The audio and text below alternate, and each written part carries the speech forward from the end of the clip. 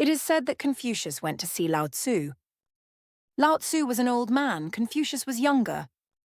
Lao Tzu was almost unknown. Confucius was almost universally known. Kings and emperors used to call him to their courts. Wise men used to come for his advice. He was the wisest man in China in those days. But by and by, he must have felt that his wisdom might be of use to others. But he was not blissful. He had not attained to anything. He had become an expert, maybe helpful to others, but not helpful to himself. So he started a secret search to find someone who could help him. Ordinary wise men wouldn't do because they used to come to him for his advice. Great scholars wouldn't do. They used to come to ask him about their problems. But there must be someone somewhere. Life is vast. He tried a secret search. He sent his disciples to find someone who could be of help to him.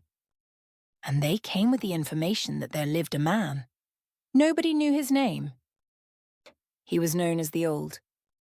Lao Tzu means the old guy. The word is not his name, nobody knows his name. He was such an unknown man that nobody knows when he was born. Nobody knows to whom who his father was or who his mother was. Because nobody knew. He had lived for 90 years. But only very rare human beings had come across him. Very rare. Who had different eyes and perspectives with which to understand him. He was only for the rarest. So ordinary a man, but only for the rarest of human minds. Hearing the news that there exists a man known as the Old Guy, Confucius went to see him. When he met Lao Tzu, he could feel that here was a man of great understanding. Great intellectual integrity, great logical acumen, a genius. He could feel that there was something there, but he couldn't catch hold of it. Vaguely, mysteriously, there was something. This man was no ordinary man, although he looked absolutely ordinary. Something was hidden. He was carrying a treasure. Confucius asked, "What do you say about morality? What do you say about how to cultivate good character?" Because he was a moralist. And he thought that if you cultivate a good character, that is the highest attainment. Lao Tzu laughed loudly and said, "If you are immoral, only then does the question of morality arise. And if you don't have any character, only then do you think about character. A man of character is absolutely oblivious of the fact that anything like character exists. A man of morality does not know what the word moral means. So don't be foolish and don't try to cultivate. Just be natural." The man had such tremendous energy that Confucius started to tremble. He couldn't stand him. He escaped.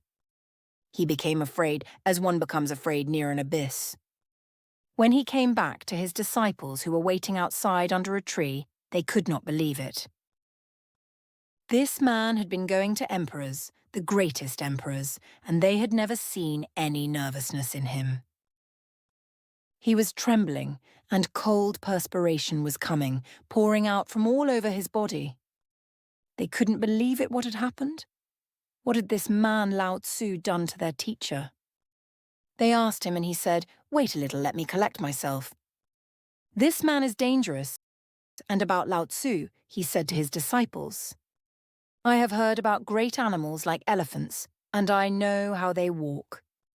And I have heard about hidden animals in the sea, and I know how they swim. And I have heard about great birds who fly thousands of miles away from the earth, and I know how they fly. But this man is a dragon. Nobody knows how he walks. Nobody knows how he lives. Nobody knows how he flies.